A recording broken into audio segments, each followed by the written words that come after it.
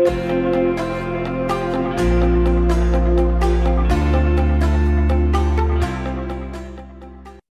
selamat siang teman-teman UNER. Selamat siang juga Bu Lina. Kita ketemu lagi akhirnya Bu. Selamat siang juga Kak Ratna. Mungkin di sesi pertama ini saya hanya menjelaskan soal pengalaman saya saja, perbedaan antara di startup dan tidak di startup. Nanti untuk pembahasan yang lebih serius itu tugasnya Grisi nanti. Jadi saya sudah pernah bekerja di perusahaan yang non startup dan juga startup. Selama 10 tahun lebih itu saya ada di perusahaan non startup, mulai dari perusahaan yang impor gula sampai di dunia jurnalistik 2 tahun di media lokal di Indonesia dan sekali di media internasional di Singapura. Tahun ini, pertengahan tahun ini, saya mulai bergabung dengan Handyman, tech startup yang bergerak di bidang smart home, Handyman Smart Home. Perbedaan yang paling saya rasakan adalah kultur kerja. Jadi ketika saya berada di non startup itu memang budayanya cukup formal, mereka sangat kaku sekali. Bahkan di yang media internasional pun karena sedari awal budaya kerja di sektor-sektor non formal itu akan didesain untuk kaku begitu. Kita tidak bisa seluas apa ya, kayak misalkan ingin mengutarakan pendapat itu kadang masih ada senior junior ya, senioritasnya masih sangat terasa itu dimanapun. Tapi ketika saya bergabung dengan Handyman di dunia startup, yang dikedepankan adalah kreativitas dan inovasi. Kalian semua punya kesempatan yang sama untuk mengutarakan pendapat kalian. Pendapat kalian semuanya sama dan kalau itu bagus ya sudah, silakan dieksekusi. Jadi perkara kebebasan pendapat ini sangat jauh lebih luas ketika kita berada di startup. Karena itu tadi, opini kalian sangat dianggap penting. Nggak ada opini yang dianggap sepele, itu nggak ada. Semua orang memiliki nilai yang sama. Jadi nggak ada itu istilah senioritas kalau di startup. Nah, kalau Indonesia saat ini kan banyak yang bilang, oke, salary di startup gede, salary di startup gede. Pengalaman saya ketika saya bergabung di non-startup di Indonesia beberapa tahun yang lalu, itu ya memang kadang salary-nya ada yang di bawah UMK lah Mas ya. Ya itu memang fakta yang tidak bisa terbantahkan. Lalu bagaimana dengan startup? Ketika startup itu tentunya akan ada perbedaan dengan non-startup yang di Indonesia. Tapi ketika jika dibandingkan dengan non-startup di luar, ya 11-12 sih karena ada perbedaan kurs. Mungkin kalau nggak ada perbedaan kurs ya masih jauh gede startup di Indonesia sih, harusnya. Yang paling tren sekarang, nah, ketika kita bahas pengalaman kerja di startup, itu di sosial media kan lagi banyak banget yang bahas soal side hustle tuh. Enak kerja di startup bisa punya side hustle, kalau di non startup nggak bisa punya side hustle. Nah, oke. Berdasarkan pengalaman saya saja, ketika saya berada di non startup ya saya memang tidak bisa punya side hustle. Pekerjaan di sana sangat ada dan sangat menyita waktu. Kita tidak punya kesempatan itu karena ketika mungkin ketahuan kita punya side hustle bisa kena SP. Saya pernah sih dapat pengalaman itu ketika bekerja di non startup di Indonesia. Tapi ketika di startup ya case saya akan sangat terbatas karena saya baru startup, baru bergabung di Handyman. Side hustle ini sudah saya bahas dengan Grace waktu itu ketika saya interview pertama dengan Grace. Dia bilang asalkan tidak mengganggu jam kerja dan saya bisa menyelesaikan pekerjaan saya itu nggak ada masalah sama sekali. Dan ya memang ketika saya bergabung dengan startup, side hustle itu masih bisa saya jalankan selama pekerjaan utama saya di Handyman itu bisa selesai dan tidak mengganggu jam kerja saya. Jadi ya keunggulan menurut saya keunggulan utama bergabung di startup itu yang sangat bisa mengempowering adalah saya bisa memiliki side hustle yang secara tidak langsung itu juga menambah pengalaman dan ilmu baru yang bisa saya terapkan ketika saya mengerjakan pekerjaan utama saya. Seperti itu sih. Halo semuanya, senang banget rasanya bisa balik lagi ke teman-teman UNER. Oke, jadi kalau kita ngobrolin tentang startup gitu ya teman-teman. Nah, teman-teman ada yang tahu nggak sih sebenarnya apa itu startup? Mungkin bisa coba ketik di kolom chat, teman-teman. Ada yang tahu apa itu startup sebenarnya, teman-teman? Oke, kalau gini nggak ada yang tahu, mungkin ada yang tahu, tapi mungkin definisinya belum sepaham, belum tahu banyak gitu ya tentang startup. Oke, kalau kita ngobrolin tentang startup, sebenarnya startup atau biasa disebut dengan perusahaan rintisan, itu sendiri adalah sebuah inovasi bisnis yang mengedepankan kreativitas sebagai produk utamanya. Nah, tapi sebelum jauh ngobrol, izinin aku untuk perkenalan diri terlebih dahulu. Tadi katanya Mas Ibnu mau ngobrol serius sama Grace aja gitu. Sebenarnya kita nggak mau ngobrol yang serius banget. Kita santai aja hari ini. Kita ngobrolin banyak hal tentang startup. Bareng aku Grace Amortia. Aku alumni psikologi UNER. lulus tahun 2022 dan sekarang aku bekerja sebagai seorang HR di Handyman, which is itu juga startup. Nah, teman-teman, kalau ngobrol tentang startup ini sendiri gitu ya. Kalau tadi aku udah sebutin bahwa startup itu adalah inovasi bisnis yang mengedepankan kreativitas sebagai produk utama. Nah, teman-teman, buah dari kreativitas itu sendiri sebenarnya adalah sebuah inovasi. Nah, perusahaan startup ini menciptakan inovasi produk dari kekurangan produk bisnis yang ada sebelumnya. Nah, tapi sebenarnya nggak menutup kemungkinan juga teman-teman kalau bisnis startup ini itu bisa menciptakan yang namanya inovasi terhadap produk-produk baru yang sebelumnya belum pernah ada. Nah, kalau teman-teman bisa lihat di sini ya, ada beberapa contoh startup. Ada startup di berbagai sektor. Nah, ada sektor transportasi, di sektor transportasi kalau teman-teman bisa lihat ada Gojek dan Grab. Teman-teman pasti nggak asing nih sama Tokopedia dan Shopee yang ada di sektor e-commerce. Nah, dan kalau di sektor teknologi sendiri, ini salah satunya ada Handyman Smart Home. Nah, ngobrolin tentang startup ya, sekarang udah ada gambaran tentang apa itu perusahaan startup. Nah, lalu gimana sih Kak Grace, pola kerja yang ada di dunia startup ini sendiri? Menarik ya, karena kalau tadi dari cerita Mas Ibnu, startup ini sendiri jadi lebih menjadi suatu hal yang berbeda gitu ya dengan perusahaan-perusahaan lainnya, perusahaan-perusahaan besar yang sudah ada. Nah, startup ini punya pola kerja yang punya tempo kerja yang tinggi dan sangat mengandalkan yang namanya kreativitas dan juga komunikasi sebagai tumpuan utamanya. Nah, kalau ngobrolin tentang startup itu jumlah karyawannya teman-teman nggak akan sebanyak perusahaan besar pada umumnya, terutama ketika startup ini berada di masa awal mereka berdiri. Jadi emang benar-benar kerjanya harus efektif, itu sesuai dengan kebutuhan yang ada, di mana kita juga punya target yang harus dicapai sesuai dengan jumlah ya sumber daya manusia yang ada gitu. Nah, budaya kerjanya seperti apa nih Kak Grace kalau di startup? Tentu budaya kerja di startup dikenal banget dengan gaya kerjanya yang sangat casual, sangat fleksibel, di mana teman-teman ya bisa punya hubungan antar anggota tim dan juga dengan atasan, dengan pimpinan, itu yang benar-benar nggak ada kakunya ya. Jadi benar-benar bisa nggak teman-teman itu benar-benar bisa berbagi gitu ya apa pendapatnya, berbagi tentang bagaimana gagasan yang teman-teman bisa miliki itu dengan leluasa gitu, terutama ketika teman-teman lagi ada meeting atau lagi discuss kayak gitu. Nah, terus kalau tadi kita udah ngobrolin ya contoh-contoh dari startup ini sendiri, kalau di bidang transportasi ada Gojek, Grab, di bidang e-commerce ini ada Tokopedia dan juga Shopee, dan juga kalau ada di teknologi, startup di bidang teknologi atau biasa dikenal dengan tech startup ini sendiri, itu ada Handyman. Nah, oke, boleh di next. Kalau kita kerucutin pada tech startup gitu ya, tech startup ini sebenarnya apa sih? Jadi kalau misalnya ngobrolin tentang startup, pasti ada kaitannya dengan yang namanya teknologi. Karena semua startup itu pasti menggunakan yang namanya teknologi. Nah, yang membedakan adalah kalau tech startup ini merupakan startup yang menggunakan teknologi itu sebagai tulang punggung mereka. Jadi fokus utama produk-produk mereka ini adalah teknologi. Contohnya apa nih? Contohnya adalah penggunaan perangkat IoT. Kalau teman-teman tahu, IoT itu kan kayak Internet of Things gitu ya. Banyak banget tech startup yang menggunakan IoT ini sebagai tulang punggung dari bisnis mereka. Contohnya, ini ada e-fishery dari perikanan.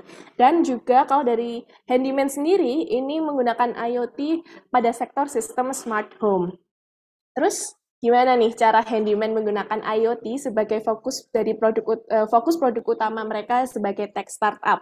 Nah, melalui inovasinya, Handyman ini menggunakan perangkat IoT yang di mana Handyman ini memberikan kemudahan terutama bagi para pemilik rumah untuk mengotomasi perangkat-perangkat elektronik. Misalnya aja kayak TV, AC, lalu juga bisa dari curtain dan juga bahkan pagar juga. Jadi Handyman akan memberikan jaminan keamanan serta kenyamanan yang sebelumnya sama sekali belum pernah ada. Nah, Kalau tadi kita udah sedikit banyak gitu ya ngobrolin soal startup, tech startup seperti apa gitu kan, bagaimana kultur, bagaimana pola kerja yang ada di dalamnya. Nah, sekarang kita akan ngobrolin tentang fenomena yang lagi hangat-hangatnya gitu ya, menggemparkan dunia startup sendiri, baik startup yang ada di dalam negeri maupun yang ada di luar negeri. Fenomena itu, oke, fenomena itu sebenarnya udah terjadi dalam kurun waktu beberapa lama ya, teman-teman semuanya. Ada fenomena startup layoff. Oke, jadi ada fenomena startup layoff gitu, teman-teman. Nah, peristiwa layoff ini benar-benar terjadi besar-besaran di beberapa perusahaan-perusahaan startup, bahkan perusahaan startup yang unicorn udahan itu ada peristiwa layoff yang besar-besaran terhadap karyawannya. Nah, for your information juga teman-teman bahwa layoff ini itu punya perbedaan dengan pemecatan ya. Jadi banyak orang yang menganggap istilah layoff dan juga pemecatan ini hal yang sama, padahal ini sebenarnya adalah hal yang berbeda gitu. Bedanya apa? Bedanya adalah pemecatan itu terjadi karena memang karyawan melakukan kesalahan dan akhirnya harus ada konsekuensi berupa pemutusan hubungan kerja, ketat atau pemecatan ini tanpa uang kompensasi. Nah, bedanya kalau layoff itu biasanya dilakukan perusahaan untuk menangguhkan atau memberhentikan karyawan, entah itu sementara ataupun sifatnya permanen. Dan nantinya karyawan-karyawan yang akan karyawan-karyawan yang sudah di layoff ini akan mendapatkan uang kompensasi sesuai dengan kesepakatan dari kedua belah pihak. Nah, sebenarnya kalau kita ngobrolin tentang layoff ya, ada banyak banget peristiwa layoff tahun ini bahkan ya, terutama di masa-masa pandemi gitu. Nah, apa sih sebenarnya yang menyebabkan startup-startup ini melakukan layoff? Nah, teman-teman ada banyak banget alasan kenapa startup-startup ini melakukan layoff. Ya, bisa terjadi karena adanya ketidakpastian ekonomi akibat dari invasi Rusia dan juga sampai ke efisiensi perusahaan. Jadi di mana perusahaan ya harus bisa seefisien mungkin menggunakan sumber daya manusia yang ada untuk bisa mencapai targetnya. Seperti itu. Nah, tentu adanya fenomena layoff ini juga punya dampak yang besar ya teman-teman, terutama bagi psikologis teman-teman yang kerja di dunia startup atau bagi teman-teman yang mungkin tertarik gitu dengan tertarik untuk bergabung untuk bekerja di dunia startup. Efeknya apa? Efeknya ada sebuah istilah nih yang muncul di kalangan anak muda gitu ya, yaitu layoff anxiety. Nah, layoff anxiety ini sebenarnya perlu nggak sih? Perlu nggak sih sebenarnya teman-teman yang ada di yang kerja gitu ya, teman-teman karyawan startup atau mungkin teman-teman yang berminat untuk bekerja di dunia startup itu merasakan risau yang berlebih karena adanya gelombang layoff besar-besaran gitu yang terjadi di dunia ini. Nah, sebenarnya ya jauh sebelum membahas itu, yuk sama-sama kita mau kenali dulu nih apa itu layoff anxiety. Nah, dalam psikologi sendiri ya, karena basic aku juga dari psikologi, anxiety atau kecemasan itu sebenarnya adalah respon psikis individu terhadap hal-hal yang ditangkap atau dianggap mengancam seseorang. Nah, dalam hal ini fenomena layoff itu menjadi stresor ya, menjadi hal yang mengancam bagi diri seseorang. Kenapa? Karena dalam teori Abraham Maslow, teori kebutuhan manusia, ketika rasa aman dan nyaman akan terjaminnya kebutuhan dasar manusia, ya, sandang, pangan, papan itu terusik, maka hal itu akan menimbulkan kecemasan yang berarti bagi seseorang. Nah, terus apa sih hal yang bisa dilakukan ketika emang udah terjadi atau udah mengalami layoff anxiety ini sendiri, terutama bagi teman-teman yang karyawan di startup atau mungkin buat kalian yang mulai maju mundur nih karena khawatir ya kalau kerja di startup ntar bisa dengan mudah kena layoff. Nah, teman-teman perlu tetap fokus dan juga fokus dengan apa yang teman-teman bisa kontrol. Jadi kalau teman-teman sebenarnya juga berlaku buat semuanya, di mana kalau teman-teman nanti kerja, buatlah plan akan masa depan kalian. Jadi bukan hanya plan kalian mau jadi seperti apa, tapi kalian harus mulai siapin bagaimana backup plan-nya nantinya ketika plan itu nggak berjalan sesuai dengan sebagaimana seharusnya. Nah, sehingga ketika nanti gelombang layoff ini terjadi, ini benar-benar tiba-tiba ya, kalau ngobrolin tentang layoff itu kayak petir di siang bolong gitu teman-teman. Tiba-tiba banget kena layoff, kalian udah siap dengan bagaimanapun kondisi kalian pada saat itu. Jadi better safe than sorry gitu teman-teman. Karena bagaimanapun juga dengan segudang apa namanya kerisauan yang ada gitu ya, gimana layoff, peluang gimana adanya layoff ini di dunia startup. Sebenarnya bekerja di startup itu peluang loh buat kalian untuk mengembangkan diri kalian lebih baik. Kalian akan punya benefits yang menarik, di mana kalian akan memiliki kesempatan untuk kalian bisa empowering yourself through startup itu sendiri. Karena sayang banget ya teman-teman kalau kesempatan buat empowering diri ini harus dikalahkan dengan rasa cemas, rasa takut yang menghentikan diri kalian buat berkembang terutama di startup. Nah, dampak dari fenomena startup layoff ini sendiri itu juga memberikan pengaruh bagi perusahaan, teman-teman. Jadi nggak cuma buat karyawannya ya, tapi juga bagi perusahaannya. Perusahaan jadi memiliki tingkat turnover yang sangat tinggi, banyak karyawan keluar masuk dalam waktu yang bisa dibilang cukup singkat gitu ya. Dan oleh karena itu teman-teman penting banget sebelum kalian memasuki dunia kerja, terutama dalam dunia startup ya, kalian punya pengalaman dan juga skill yang baik. Nah, skill dan pengalaman ini itu akan bisa terasa ketika kalian bisa terasa ketika kalian masih duduk di bangku perkuliahan seperti saat ini.